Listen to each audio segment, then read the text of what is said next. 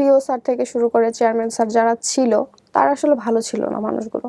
তারা আমাকে প্রপোজাল করতো যে তোমার ব্যাংক অ্যাকাউন্ট নাই? স্টোরিটা বলেন আমাকে, কি হয়েছে? উনি আমাকে একদিন বলে অফিসে যাইতে, মানে ওই দিন আমাদের অফ ডে ছিল। প্রায় 1 মাসের বেশি কারোর সাথে কথা বলতে পারতাম না। আমারই বান্ধবী, খুব ক্লোজ ফ্রেন্ড, ও মডেলিং করে অনেক। তো মডেলিং করে, ও আমাকে একদিন বলে যে তুমি তো আমার, ওর থেকে নাকি আমি সুন্দর সবাই বলে, আমি জানি না। ও বলে যে তুমি কিন্তু করতে পারো কাজ। তো আমাকে কাজ করার কথা বলেও বলে যে তুমি যে কাজ করবা তোমাকে কিন্তু অনেক ওপেন হইতে হবে। উনি আমাকে বলে যে তোমাকে আমার খুব পছন্দ হয়েছে, তুমি মিডিয়াতে কাজ না করলেও তোমার মান্থলি একটা ইনকামের ব্যবস্থা করে দিব, তুমি আমার সাথে একটা ফ্রেন্ড হও, আমার একটা ফ্রেন্ড দরকার খুব, আমার হচ্ছে অনেক লোনলি লাইফ। আমার মাঝে মাঝে ইচ্ছা করে আমি ফ্যানের সাথে ঝুলে যাই, ফ্যানের সাথে ঝুলে যাওয়াটাই বেশি ইচ্ছা করে মাঝে মাঝেই। আসসালামু আলাইকুম প্রিয় দর্শক এবং শ্রোতা, আল্লাহ সর্বাবস্থায় আপনাদের মঙ্গল করুক সেই শুভকামনা জানিয়ে শুরু করছি লাইফের আরও একটি এপিসোড। নামটা একটু বলতে হবে যে? আমার নাম তান্নি প্রিয়া পিউ। পিউয়ের বয়স কত? আমার বয়স 23 বছর। আর প্রিয় দর্শক এবং শ্রোতা, আপনারা যদি লাইফের এই অনুষ্ঠানে অংশগ্রহণ করতে চান, আপনারা জানেন যে আমাদের 3টা অনুষ্ঠান হয়, সবই লাইফ স্টোরি বেসিস। একটা হচ্ছে লাইফ, যেটা আসলে মাদার প্রোগ্রাম সব অনুষ্ঠান, আরেকটা হচ্ছে ব্র্যান্ডিং বাংলাদেশ, এবং আরেকটা হচ্ছে আপন ঠিকানা। সবগুলো অনুষ্ঠানই সোশ্যাল মিডিয়া কেন্দ্রিক, এবং এই 3টা অনুষ্ঠানে নিয়ে আসছে studio of creative arts limited. লাইফে যে কোনো ধরনের জীবন গল্পই আসতে পারে, যদি সেই গল্প থেকে বটম লাইন বা পুরো গল্পটা শোনার পরে যদি কোনো মেসেজ থাকে। ব্র্যান্ডিং বাংলাদেশে আপনারা জানেন যে সবই ইন্সপিরেশনাল স্টোরি। আপন ঠিকানায় কী হয় সেটা তো আপনারা জানেনই, হারিয়ে যাওয়া মানুষদেরকে দীর্ঘদিন পরে তাদের পরিবারে ফেরানো। তো পিউ, আমি কথা বাড়াচ্ছি না, একেবারে যেখান থেকে বলতে ইচ্ছে করে, যেভাবে বলতে ইচ্ছে করে, ইটস ইওর ফ্লোর। প্রথমত আমি ঢাকাতে জন্মগ্রহণ করি।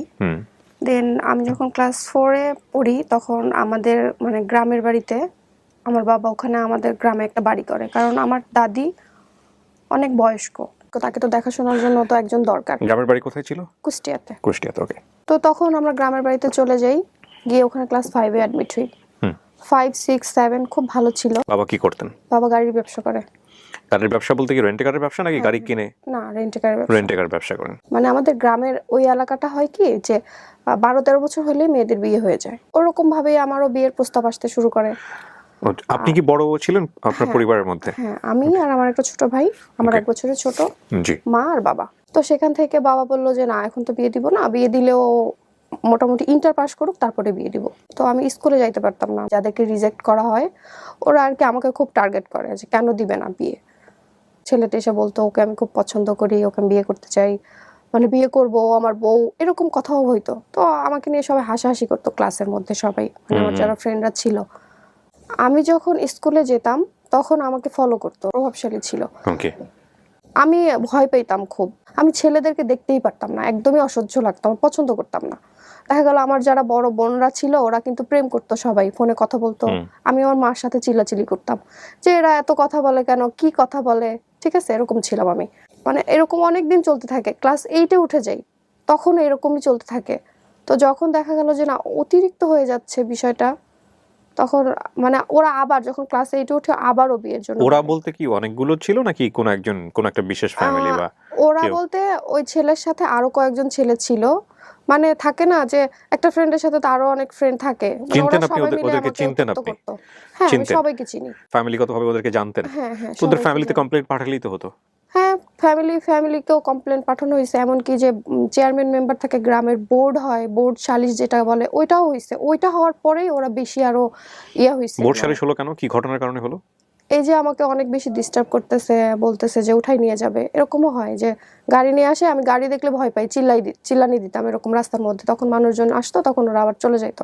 বাবা তখন কোথায়? বাবা ঢাকাতে থাকতো। আচ্ছা। বাবা যেত 2 মাস 3 মাস পর পর যেত। আপনাদের ওখানে অভিভাবক বলতে কে ছিল? আমার মা ছিল না ওখানে, আসলে আমার অভিভাবক বলতে কেউ ছিল না, সবাই ঢাকাতে থাকে। সালিশের সিদ্ধান্ত কি হলো? সালিশের সিদ্ধান্ত হলো যে হ্যাঁ তোমার সাথে বিয়ে দেওয়া হবে, ও একটু বড় হোক, ও তো ছোট, ওর বাবা মাও দিবে, এরকম ভাবে মা বাবা দুজনই ডিসাইড করলো যে ঠিক আছে দিব, মানে এখন ওদেরকে তো থামাইতে হবে, ঠিক আছে, সেজন্য বলা হলো যে ঠিক আছে তোমাকে দেওয়া হবে, ও ইন্টারটা অন্তত পাস করুক। কিন্তু ওটা হওয়ার পরে ও আরো বেশি রেগে গেল, মনে হলো যে আজকেই তুলে নিয়ে একটা। বয়সের ডিফারেন্স কত ছিল ছেলের সঙ্গে আপনার? 5 বছর। ও কি পড়তো তখন? আমি যখন 7 মনে হয় ইন্টার ফার্স্ট ইয়ার কি সেকেন্ড ইয়ার এরকম পড়তো, বলতো তুমিও তো ছোট, এরকম বোঝানো হয়েছিল বোর্ডে যে ও বড় হোক তুমিও বড় হও। তারপরে ফ্যামিলি মানে মা বাবাও চাইতো যে না, ওরাও সাপোর্ট দিতে হয়তো, না হলে এত সাহস কেন, কোথায় পাবে। তারপরে এরকম হওয়ার পরে আমাকে তখন আর একা স্কুলে ছাড়তো না, আমি আমার বান্ধবীরা ছিল মানে এলাকার যারা ছিল ওদের সাথে স্কুলে যেতাম।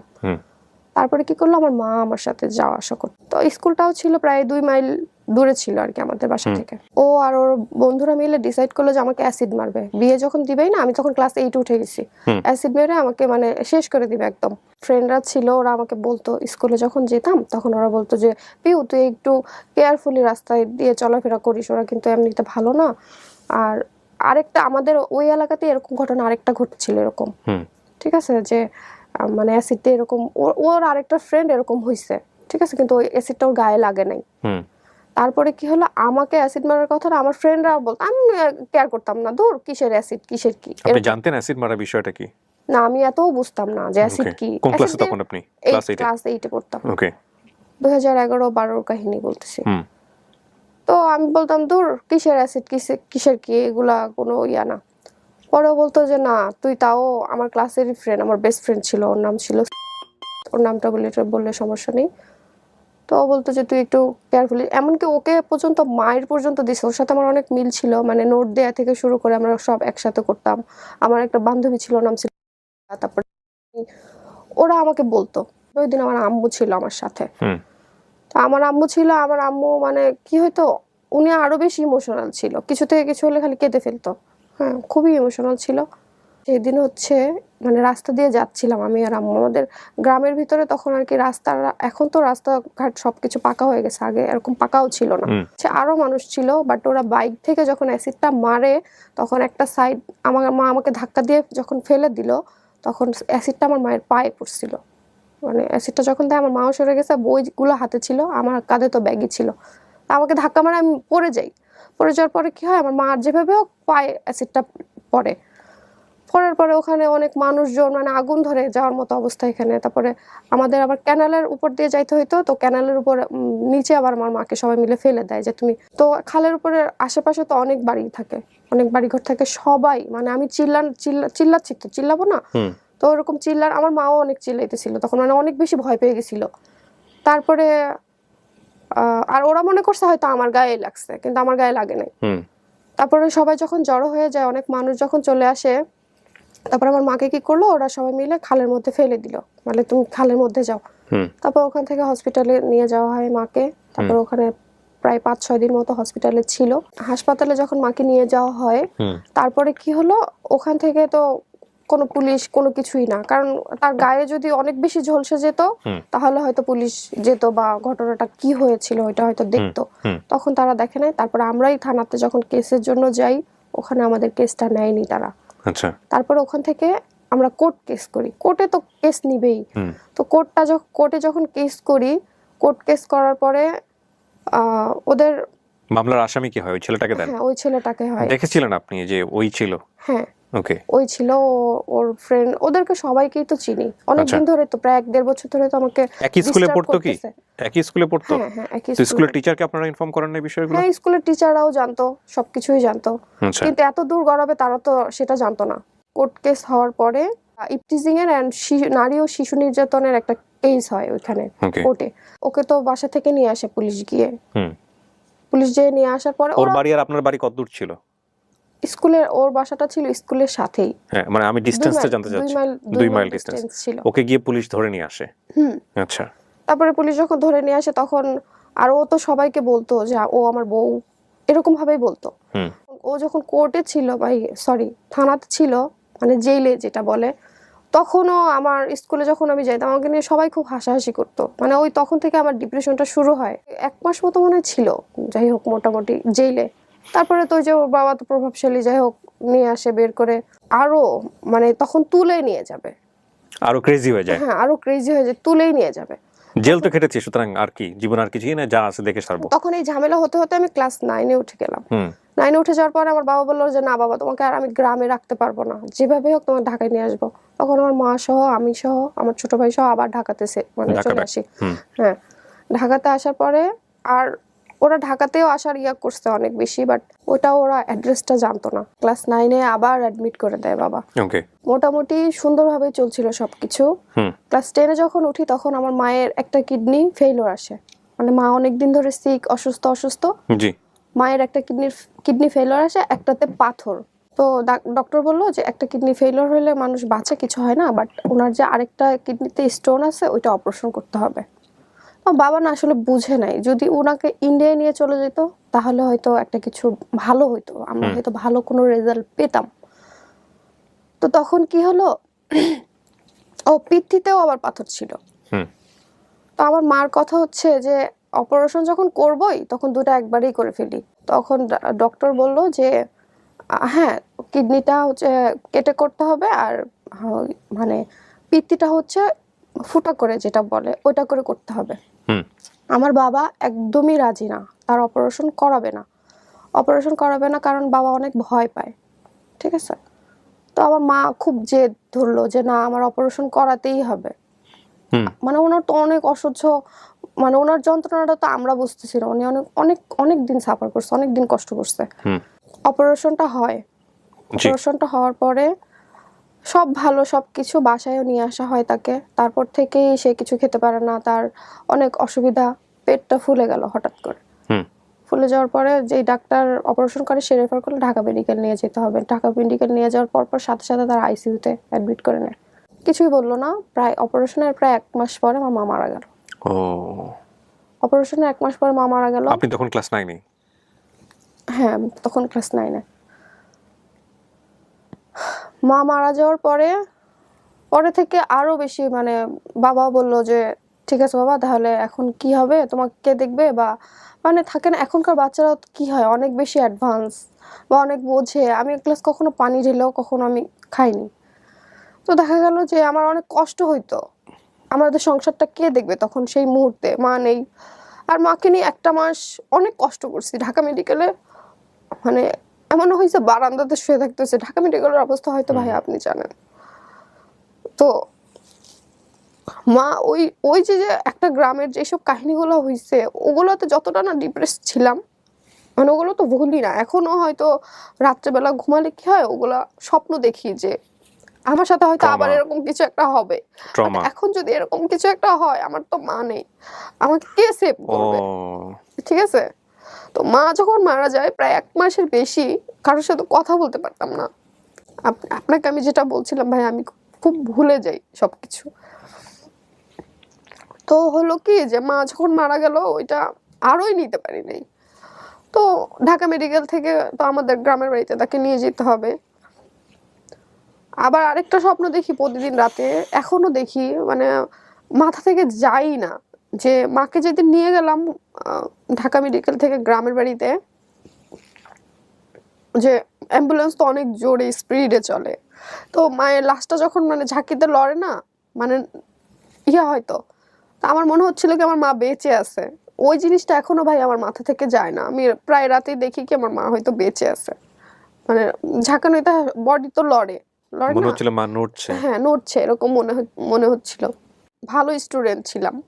তো আমার এসএসসি রেজাল্টটা ভালো হয়নি, তখন আমি আরো ডিপ্রেসড হয়ে যাই। সংসারের একটা প্রেশার চলে আসে আমার উপরেই, কারণ আমার বাবা এমন একটা মানুষ, সে মানে অনেক ক্লিন মানুষ, ঠিক আছে। তাকে যে অন্য কেউ রান্না করে দিবে বা বুয়া যে রান্না করে দিবে বা বুয়া একটা কাজ করে দিবে, সেটা সে পছন্দ করে না। আমি যেভাবে দিব আমারটাই সে করবে, মানে আমার সব কিছুই খাবে, আমি সব। ইন্টারটাও যখন আস্তে আস্তে যখন পাশ করি, ইন্টার পাস করার পরে ইউনিভার্সিটিতে অ্যাডমিট হই, তখন তার ওরিয়েন্টেশন প্রোগ্রামও হয়। তো ওই প্রোগ্রামে আমার একটা ছেলে আমাকে দেখে, ওই দিন আমি ওকে দেখিনি। তারপরে 1 মাস 2 মাস, মানে ফার্স্ট সেমিস্টারে ওকে আমি মানে তেমন চিনতাম না। সেকেন্ড সেমিস্টার থেকে ওর সাথে আমার অনেক ভালো একটা ফ্রেন্ডশিপ হয়। বিবিএতে আমি অ্যাকাউন্টিং এ ছিলাম। ওকে।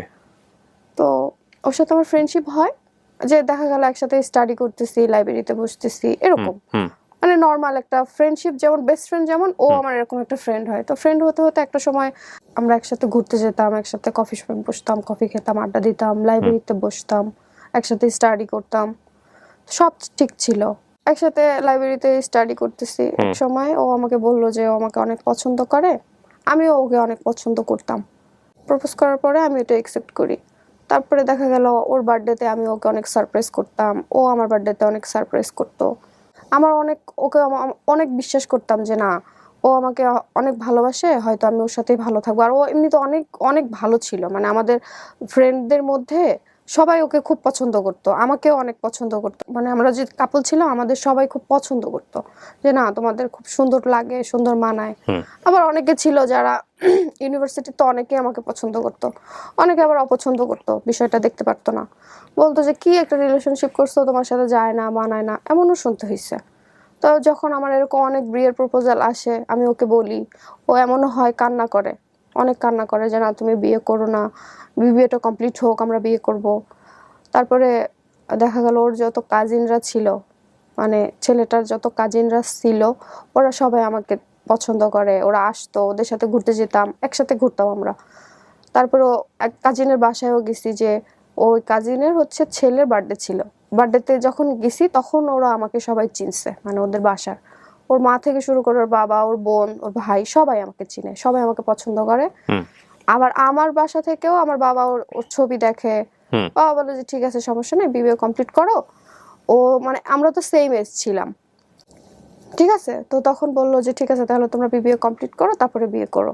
ওদের বাসা থেকে আমাকে এমনও হয়েছে, ইনভাইট করছে, যে থাকে না যে কারোর বিয়ে হয় বা চাচাতো বোনের মা মামাতো বোনের বিয়ে হয়, ইনভাইট করে ওরা সবাই আমাকে।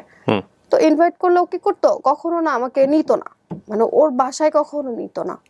ও চাইতো না যে ওর মা বাবার সাথে আমার ফেস হোক, কেন চাইতো না আমি জানি না। ও একটু মানে বলতো যে আমার মাকে আমি ভয় পাই, আমি বাবাকে ভয় পাই, আমি অনেক শাই ফিল করি, আমি কিভাবে তোমাকে নিব। আমি খুব মানে থাকে না রেডি থাকতাম যে একটা গায়ে হলুদের প্রোগ্রাম, ওর বড় চাচি আমাকে, ওর যখন বড় ভাইয়ের যখন বিয়ে হয়, মানে চাচাতো ভাইয়ের যখন বিয়ে হয়, আমাকে বলছে যে বাবা আমি তোমার জন্য গাড়ি পাঠাইতেছি, তুমি চলে আসো। মানে আমার মা নাই দেখে উনি আমাকে খুবই ভালোবাসতো, খুবই আদর করতো, তো গাড়ি পাঠাচ্ছে তুমি চলে আসো।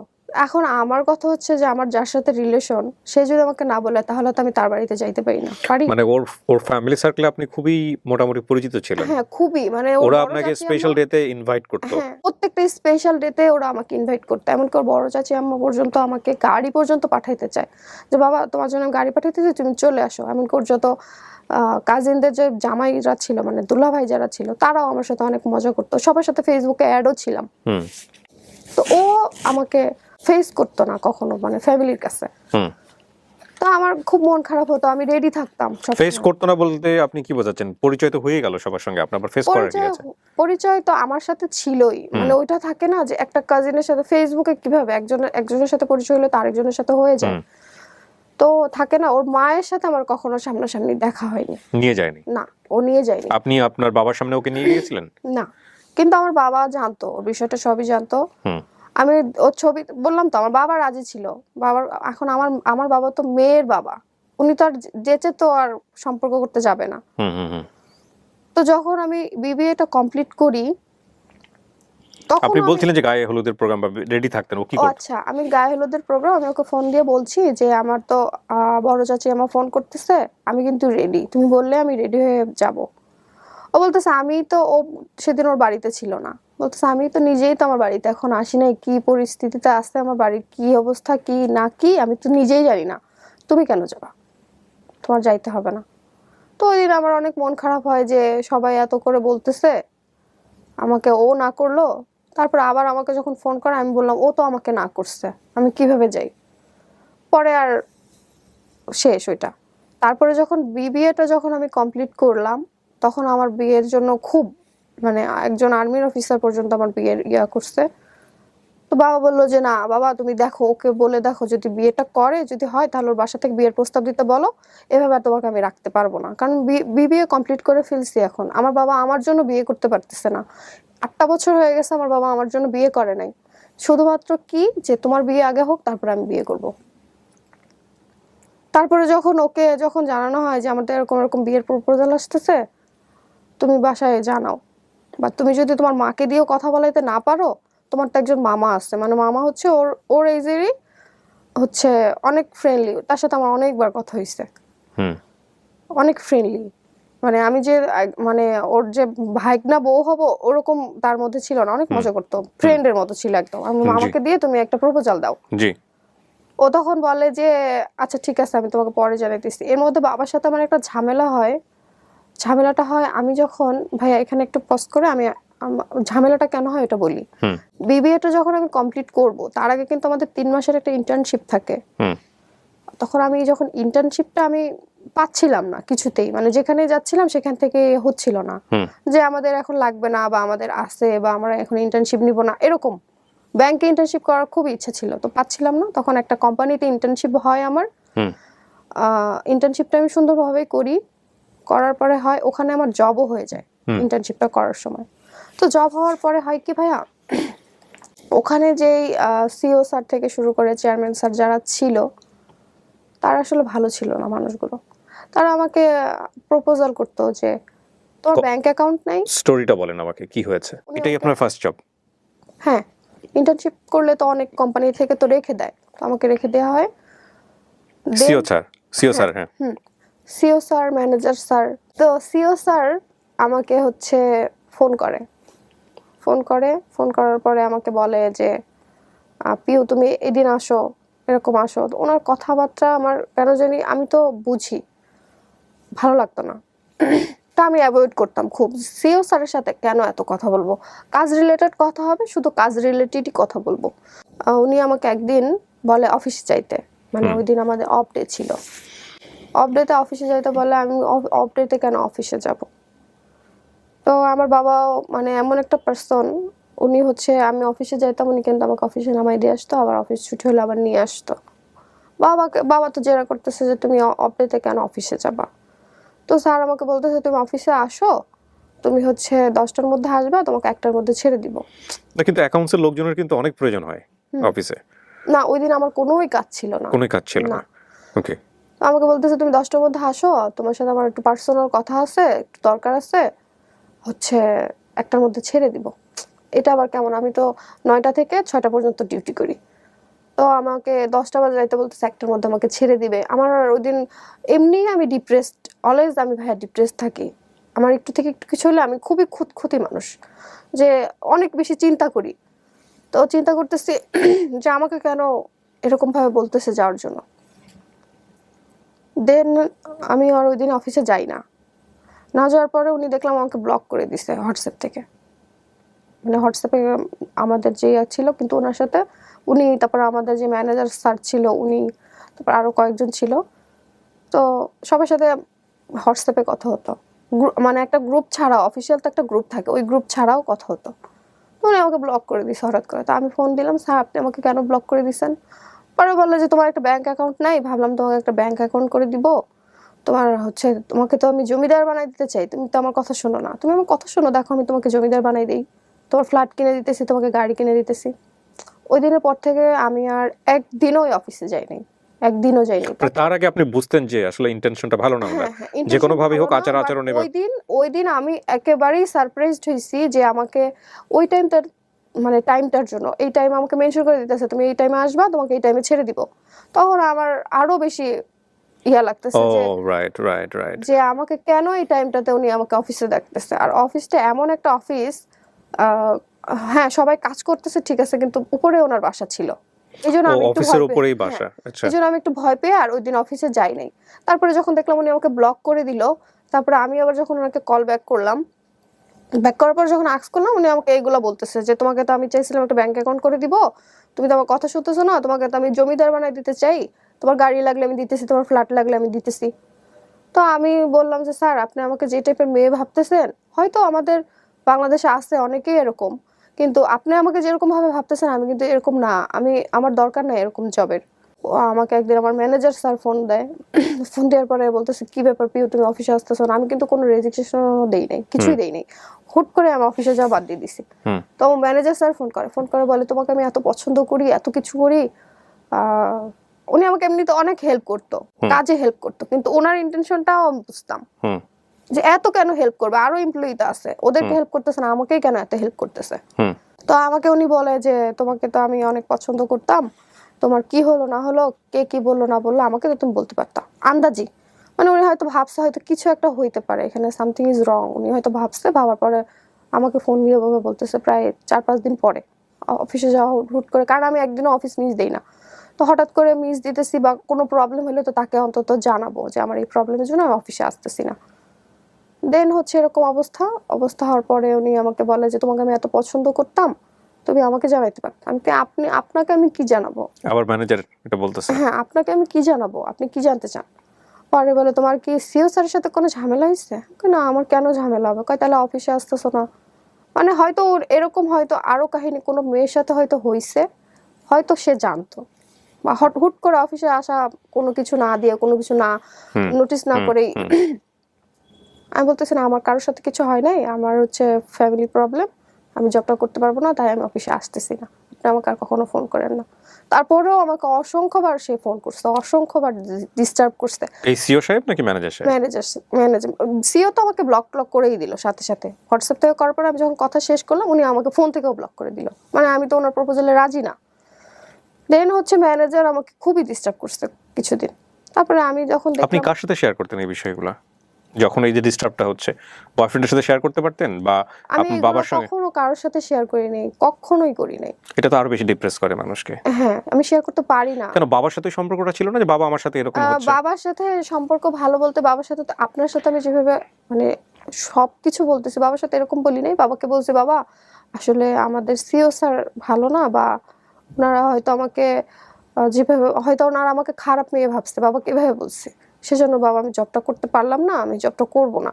আর ওখানে হয়তো কি যে আরো যারা এমপ্লয়ি ছিল, ওরা 18K হয়তো স্যালারি পেত, আর আমাকে ওরা 22 দিত।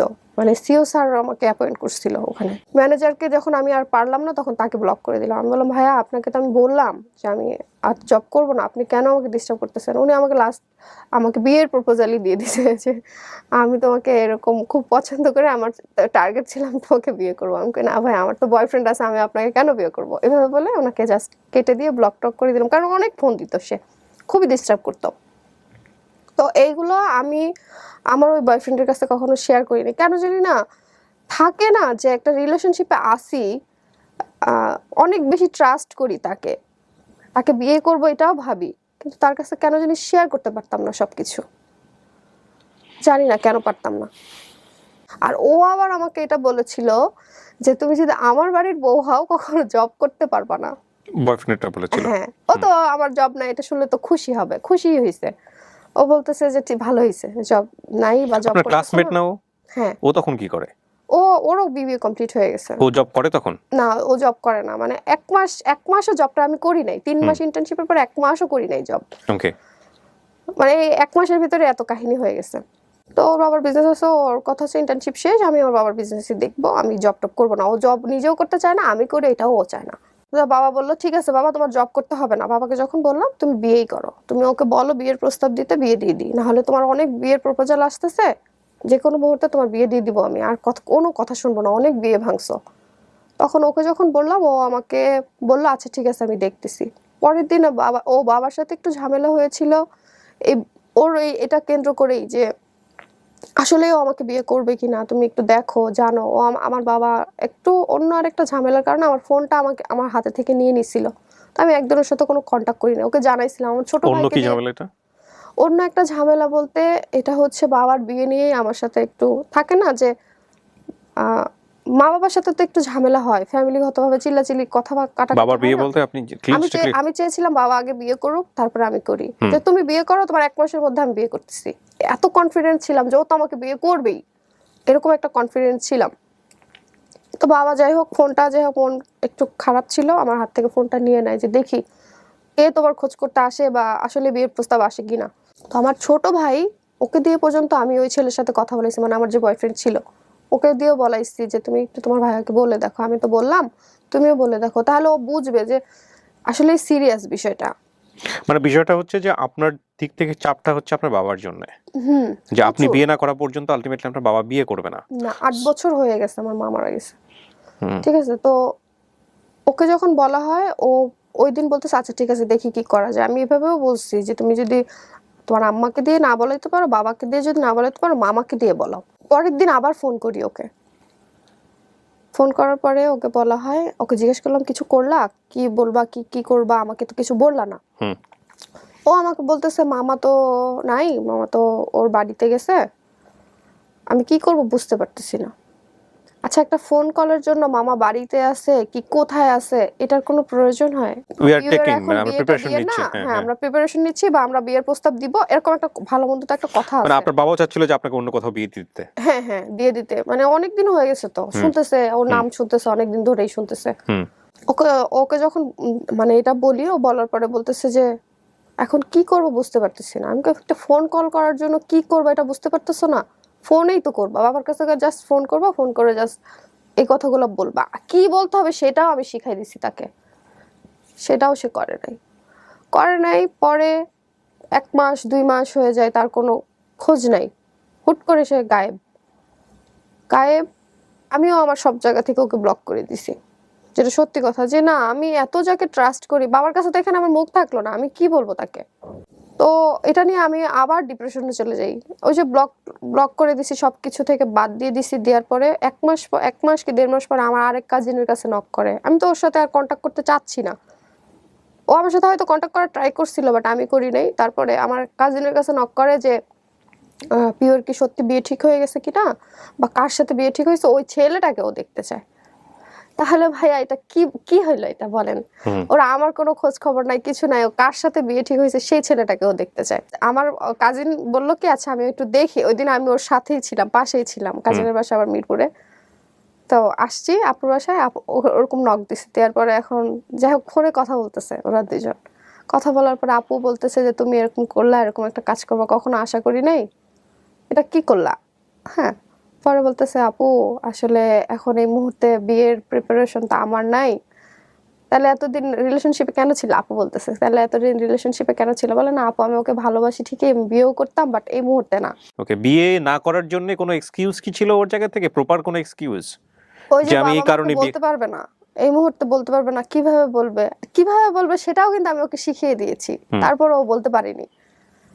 তারপরে আপু আমাকে বললো অনেকক্ষণ কথা ওর বলার পরে, ফ্যামিলির অন্যান্য মেম্বারদেরকে তো আপনি চিনতেন, তাদের মাধ্যমে তো ওদের ফ্যামিলিকে বলা যেত যে আমাদের এরকম একটা সমস্যা আছে, বিয়ে করলে তাড়াতাড়ি করে ফেলতে হবে। আমি আসলে ওই মুহূর্তে আমি ওর থেকেই জাস্ট জানতে চাইছিলাম, যা জানবো আমি তো সংসার করবো ওর সাথেই, আমার সারা জীবনের ব্যাপার, ট্রু। আমি ওর থেকেই শুনতে চাই, আমি আর আদার্স ফ্যামিলির কারোর থেকে কিছু শুনতে চাই না, কারণ তাদের সাথে তো আমি সংসার করবো না, আমি তাদের সাথে থাকবো না। ঠিক আছে, ওকে তখন স্ট্রং হইতে আমি চাইছিলাম যে ও স্ট্রং কিনা, ও আমাকে কতটুকু চায়, আমি ওইটা জাস্ট বোঝার জন্য আমি এরকম বলছিলাম। তারপরে আমার কাজিনের সাথে যখন ওর অনেকক্ষণ কথা, আমার কাজিন বলতেছে যে না ও এমনি তোমার অন্য সব বিষয় নিয়ে খুব ইন্টারেস্টেড, বাট তোমার বিষয়ে ও ইন্টারেস্টেড না, ও তোমাকে যে বিয়ে করবে এটা আমি বুঝলাম না ওর কথা থেকে। ওকে। ঠিক আছে।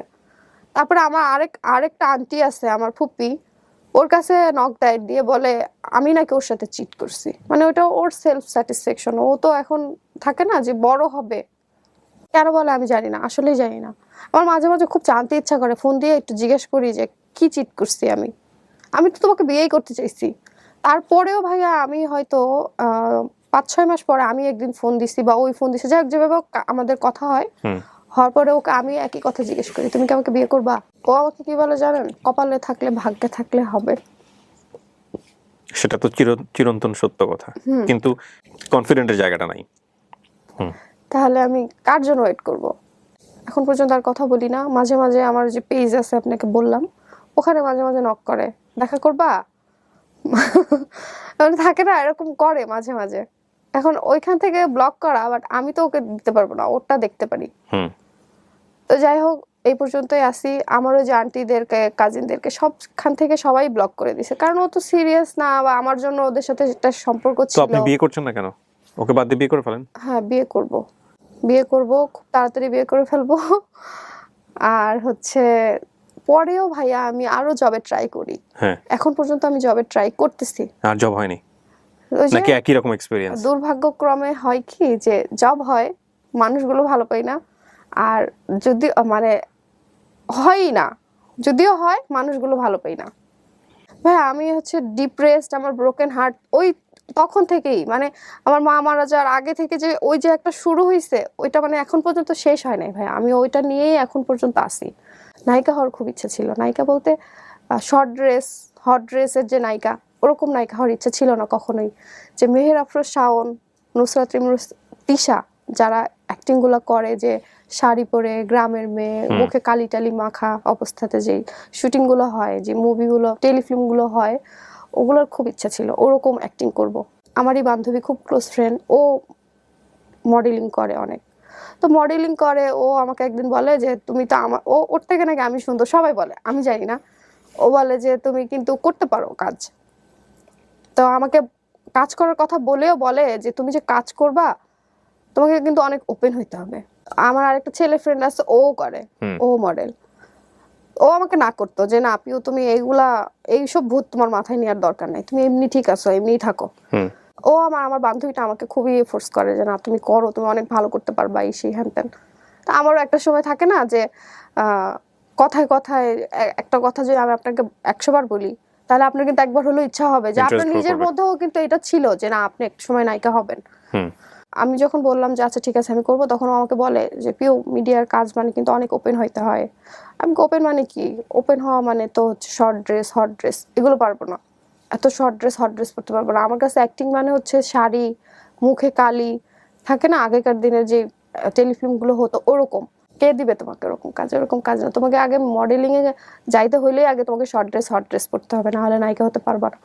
আমি বললাম যে না তাহলে দরকার নাই। তারপরেও একটা ডিরেক্টর আমাকে ফোন করে, মানে ফেসবুক থেকে হোক বা যেভাবে হোক, আমার ছবি, ডিরেক্টরের নাম বললে হয়তো অনেকে চিনবে, অনেক ভালো একজন ডিরেক্টর আমাকে নক করে। নক করার পরে উনি আমাকে একদিন তার অফিসে ডাকে, যাওয়ার কথা বলে। তো যাওয়ার কথা যখন বলে উনি আমাকে বলে যে তুমি সন্ধ্যায় আসো। তো উত্তরা থেকে যেখানে আমাকে যাওয়ার কথা বলে অনেক ডিস্টেন্স, তো আমি যাব কিভাবে? যাই হোক, বাবা বাবা তো কখনোই সাপোর্ট করবে না, এই বিষয়টা অন্তত সাপোর্ট করবে না। তো বাবাকে বলার সাহসও পাচ্ছি না যে কথাগুলো বাবাকে বলবো। তারপরে এটা বলি নাই কখনো, এখন পর্যন্ত হয়তো এই শোটা দেখার মাধ্যমে হয়তো বাবা জানবে যে আমার নায়িকা হওয়ার ইচ্ছা ছিল। তার আগে এইটা আমি আসলেই শেয়ার করিনি কখনো তার কাছে। তখন আমি আমার ওই যে ছেলে ফ্রেন্ড ওকেও জানাই। তো আমার বান্ধবীটা তো অনেক খুশি যে ঠিক আছে চলো যাই, আমি যাব তোমার সাথে। তো আমার ফ্রেন্ডকে যখন আমি জানাই, ও আমাকে বললো যে পিউ তুমি সন্ধ্যায় কেন যাবা? তুমি বলো দুপুরের পরে বা বিকেলে, এই টাইমটাতে যাও, সন্ধ্যায় তুমি কখনো কোথাও যাও না। আর এত দূর তুমি উত্তরা থেকে এত দূরে যাবা, আবার উত্তরা ব্যাক করবা, তুমি রাত 2টা-3টা বেজে যাবে, তুমি বাসায় ঢুকতে পারবে না। ওই দিন আর আমি যাইনি। তো যাই হোক, ডিরেক্টরের সাথে আমার ফেসবুকে মেসেঞ্জারে অনেকদিন কথাবার্তা হওয়ার পরে দেখলাম যে না উনি আমাকে আসলেই হট ড্রেস, তারপরে শর্ট ড্রেস, এই টাইপের কি টাইপের ড্রেস পরতে হবে ওইসব ছবি পর্যন্ত উনি আমাকে পাঠায়, এই টাইপের মডেলিং করতে হবে।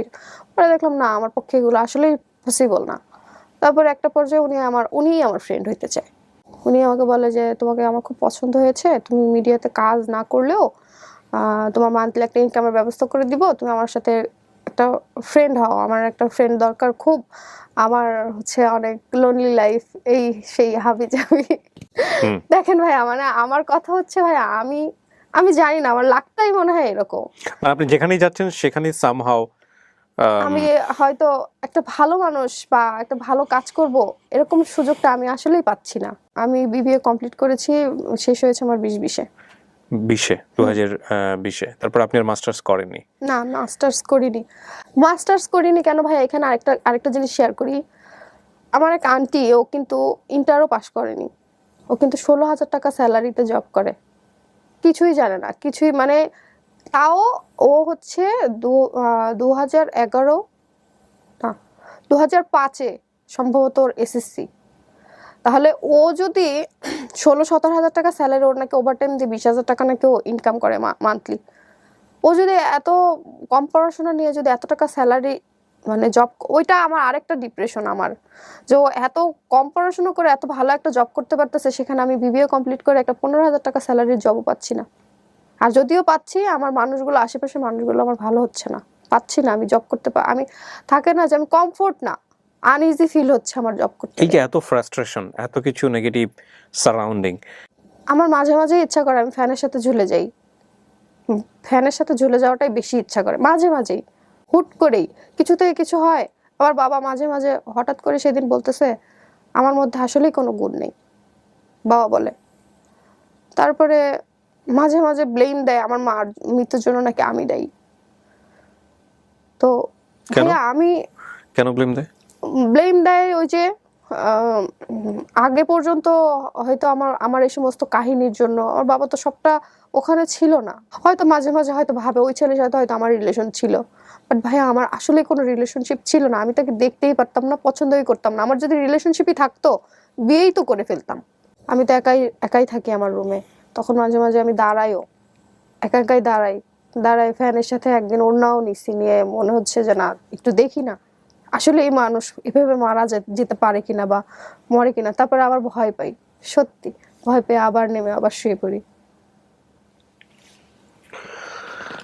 আজকের এই গল্পটা আমি যখন শুনছিলাম তখন আমার কাছে মনে হচ্ছিল যে এটার এন্ডিংটা কি হবে, এটার ফিনিশিং লাইনটা হচ্ছে এটা। একটা হচ্ছে আমরা সবসময় ছোটবেলাতে একটা কথা বলেছি, সেটা হচ্ছে prevention is better than cure. এটা ডাক্তাররা বলেন, প্রতিরোধ প্রতিকারের চেয়ে উত্তম। এই যে আমাদের সোশ্যাল মিডিয়াতে এত এত সুইসাইডের ঘটনা আসে, কিংবা আমি যে লাইফ স্টোরিগুলো আপনাদের এখানে পোর্ট্রে করি, যারা সুইসাইড থেকে ফিরে এসে নিজের জীবনকে অনেক সুন্দর করে, এই যে ঘটনাগুলো আসে, সেগুলো শুধুমাত্র খুব চুম্বক লাইনে, টুইস্টিং কিছু লাইনে গণমাধ্যমে আসে। আমরা পিছনের ব্যাকগ্রাউন্ডে যাই না। আল্লাহ মাফ করুক, আজকে এই যে পিউ যে গল্পটা বললো, ধরেন পিউ যদি কোনো কারণে এরকম একটা ঘটনার শিকার হয়ে যেত, পিউকে নিয়ে যদি সোশ্যাল মিডিয়া থেকে কোনো কিছু বলতো বা কিছু হতো, হয়তো বা এরকম একটা লাইন আসতো যে প্রেমের বিশ্বাসঘাতকতায় বা প্রেম করে বিয়ে না করাতে তরুণীর আত্মহত্যা। ওটা চুম্বক লাইন, এবং ওটা ভিতরে ঢোকার পরে হয়তো বিস্তারিত জানাও যেত না, 2 থেকে 3 মিনিটের একটা ভিডিও। তারপরে দেখা গেল গণহারে গালিগালাজ, হ্যাঁ, ভিডিওর নিচে সমানে গালিগালাজ, হয়তো ঘটনার ভিতরে যাওয়া হতো না। কিন্তু ওর গল্পটা আপনি দেখেন, ক্লাস 6-7 থেকে শুরু, সামাজিক বাস্তবতা, পারিবারিক বাস্তবতা, মাকে হারানো, এবং তারপর ইউনিভার্সিটি লাইফ পর্যন্ত যেখানে যেভাবেও গেছে, ব্যক্তিগত লাইফ থেকে শুরু করে পারিবারিক লাইফ, সেখানেও একটা টেনশন, আমার বিয়ে না হলে বাবার বিয়ে হচ্ছে না। আমরা আসলে যেরকম একটা সমাজে বসবাস করছি, সামহাও আমাদের লাইফস্টাইল বলেন বা সমস্ত কিছু বলেন, আমাদের ফ্রাস্ট্রেটেড হওয়ার মতো, আমাদের আসলে সুইসাইড করার মতো অসংখ্য উপসর্গ রয়েছে এই সমাজে, পারিবারিক অবয়বে।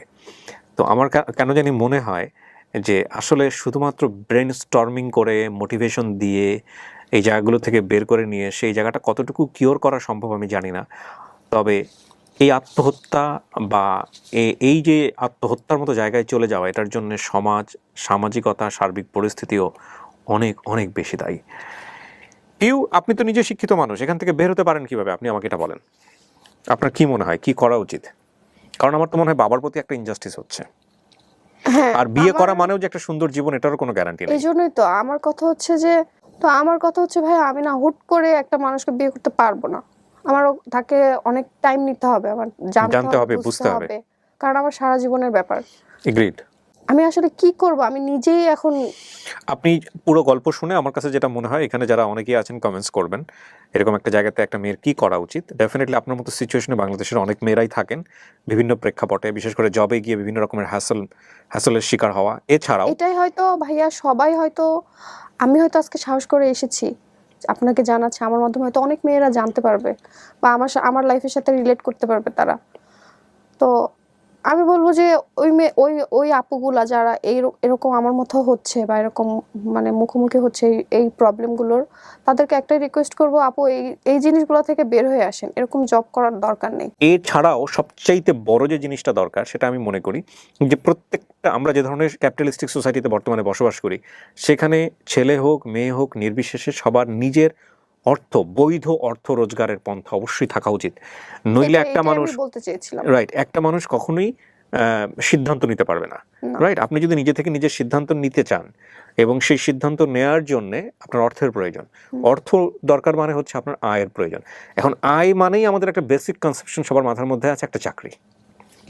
আয় মানেই হচ্ছে কোনো একটা প্রতিষ্ঠানে যাবেন, গিয়ে চাকরি করতে হবে। এই জায়গাটাকেও একটু ব্রডার জায়গা থেকে দেখতে হবে। হ্যাঁ, আপনি যদি নেগেটিভভাবে চিন্তা করতে চান, এত নেগেটিভ উপসর্গ আমাদের চারপাশে যে আপনার চিন্তা করার এলিমেন্টের অভাব হবে না।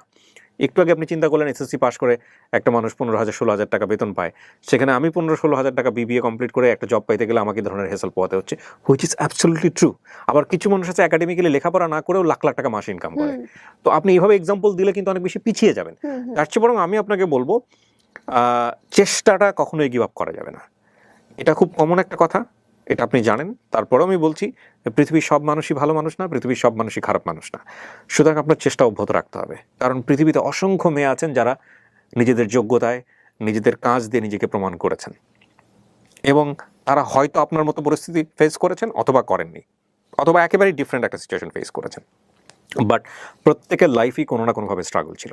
ডেফিনেটলি ছিল, সেটা হয়তো ডিফারেন্ট ওয়েতে ছিল, একটা ছেলের জীবনও থাকে। আপনার ফার্স্ট এবং ফরমোস্ট ডিউটি হচ্ছে রাইট নাও এটা। তারপরে আপনি আপনার পারিবারিকভাবে সিদ্ধান্ত নেন, বাবার সাথে বসে সিদ্ধান্ত নেন যে বিয়েটা আপনি কীভাবে করবেন। আর আপনার বাবা অবশ্যই বেস্ট একজন বাবার ব্যাপারে কোনো সন্দেহ নাই। এই কারণে সন্দেহ নাই যে আপনার বাবা সে চিন্তা করেছে যে আমি একটা মানুষকে বিয়ে করে নিয়ে আসবো এখানে, তারপরে আমার সন্তানরা যাতে কোনোভাবেই একটা প্রবলেমের মধ্যে না পড়ে, মনোজাগতিক টানাপোড়েনের মধ্যে না পড়ে, সেই জায়গাটা সে সেভ করতে চায় বলেই এত বড় স্যাক্রিফাইসটা সে করেছে। তো আমার মনে হয় সেই জায়গাটাকেও আপনাদের অনেক বেশি রেসপেক্ট করা উচিত, স্যালুট করা উচিত। আরেকটা কথা বলতে আমি ভুলে গেছি, সেটা হচ্ছে ওই যে ছেলেটা জেল থেকে ফিরে আসলো, জেল থেকে ফিরে এসে কি করেছিল জানেন? আমি তখন তো স্টুডিওতে পিকচার তোলা হইতো, মানে স্কুলের ছবি দিতে হলে তো স্টুডিওতে তুলতে হইতো। ও আমার এতটুকু নিয়ে পর্যন্ত ভাইরাল করে দিয়েছিল। তো আপনি পুলিশের অ্যাকশন নেননি কোনো পরবর্তীতে? হ্যাঁ, ওই যে বললাম পুলিশের কাছে গেলে তো আমরা কোনো হেল্প পেতাম না। হ্যাঁ, আপনি এখন যদি এই ইস্যু নিয়ে যদি, প্রথম কথা হচ্ছে এটা যদি কেউ করে থাকে, আমি কেউ দিয়ে উদাহরণ দিচ্ছি, কেউ যদি এটা কারোর সাথে ব্যক্তিগত সম্পর্ক স্থাপন করেও থাকে, সেই ব্যক্তিগত সম্পর্কের কোনো কিছু পাবলিকলি আনলে বাংলাদেশে এটা সাইবার ক্রাইম, ভয়ঙ্কর রকমভাবে ক্রাইম, বেইল ছাড়া ক্রাইম। আমি যতদূর জানি যে এই ধরনের ক্রাইমে কোনো জামিন হয় না, আমি যতটুকু জানি। এবং এটার বিরুদ্ধে বাংলাদেশ সরকার খুব সোচ্চার। মাঝখানে আমরা দেখব যে সাইবার ক্রাইম এটা হওয়ার আগ পর্যন্ত এগুলো খুব বেশি হতো, একটা মেয়েকে হেনস্থা করা। এখনো যে টুকটাক হয় না তা কিন্তু না, কিন্তু এগুলো হলে এগুলোর খুব মারাত্মক অ্যাকশন আছে, সঙ্গে সঙ্গে পুলিশ অ্যাকশন নিয়ে ফেলে। আগে কিন্তু এত ছিল না, আগে এত ছিল না, এবং এগুলো খুব ভিগোরাসলি হতো। আমরা সেলিব্রিটি থেকে শুরু করে বিভিন্ন ইয়ের দেখেছি। এখন এমন হয়েছে যে পুলিশ স্বপ্রণোদিতভাবে এই জিনিসগুলোকে দমন করার জন্য চেষ্টা করে। সো এটা যদি কেউ করে, এটা যদি ধরেন ব্যক্তিগত জীবনে তাদের মধ্যে সম্পর্ক ছিল, একটা হচ্ছে সম্পর্ক না থাকা, ইচ্ছা করে হেনস্থা করার জন্য করেছে এটা একটা। আরেকটা হচ্ছে যে সম্পর্ক ছিল, থাকা অবস্থায় কেউ একজন স্টেপ নিয়েছে এই কাজটা করার, মানে হেনস্থা করার জন্য। সে ছেলেও হতে পারে, মেয়েও হতে পারে। সম্পর্ক থাকার অবস্থাও কেউ এটা করতে পারবে না। যদি করে তাহলে এটা বাংলাদেশ আইন অনুযায়ী এটা সাইবার ক্রাইম, এবং এটার জন্য ভয়ঙ্কর রকমভাবে এটা একটা অপরাধ আছে, ভয়ঙ্কর রকমভাবে শাস্তি। সো সাইবার ক্রাইম নিয়ে যারা পড়াশোনা করেননি তারা একটু গুগলে সার্চ করে দেখেন যে বাংলাদেশের সাইবার ক্রাইম আইন কতটা শক্তিশালী, এবং এটা ভুলেও চিন্তা করবেন না। নিজের জীবনটাকে যদি শেষ করতে ইচ্ছা না হয়, শুধু নিজের জীবন না, মানে আপনারা যারা এরকম ইন্টেনশন নিয়ে রাখেন যে কোনো একটা মেয়ের বিশেষ ছবি বা তার সাথে হয়তো ছলে বলে কৌশলে কখনো এই ধরনের কাজ করে এটা পাবলিশ করে দিয়ে আপনি আপনার নিজের জীবনটা শেষ করে দিবেন, এরকম একটা চিন্তা ভাবনা। শুধু নিজের জীবনটা শেষ হবে না, শেষ হবে আপনার বাপ মায়ের জীবন, শেষ হবে আপনার সাথে জড়িত যারা ফ্রেন্ড সার্কেল তাদের। এই কারণে বলছি, কারণ আপনার মান সম্মান গেলে কিন্তু তাদেরও মান সম্মান যাবে। সুতরাং এই ধরনের কাজ দয়া করে একেবারেই করবেন না, তো করবেন না, চিন্তাও মাথায় আনবেন না। হ্যাঁ, so thank you so much, আপনি অনেক ভালো থাকেন, শুভকামনা থাকছে আপনার জন্য। আর নেভার গিভ আপ, ওকে, কখনো গিভ আপ করবেন না। শেষ করছি আজকের লাইভ, এবং আমি প্রথমেই বলে নিয়েছিলাম যে লাইভ মানে হচ্ছে এনি কাইন্ড অফ স্টোরি যেটার বিভিন্ন রকমের অ্যাঙ্গেল আছে, একটা চিন্তার জন্ম দিতে পারে এই ধরনের গল্প। তো সেই জায়গাটা থেকে আজকের এই গল্পটার এন্ডিং লাইন নাই, ফিনিশিং লাইন নাই, বাট চিন্তার অনেকগুলো জায়গা আছে, এটাই আমি বলবো। অনেক ধন্যবাদ, আজকের মতো এই পর্যন্তই, আবারও দেখা হবে। আসসালামু আলাইকুম।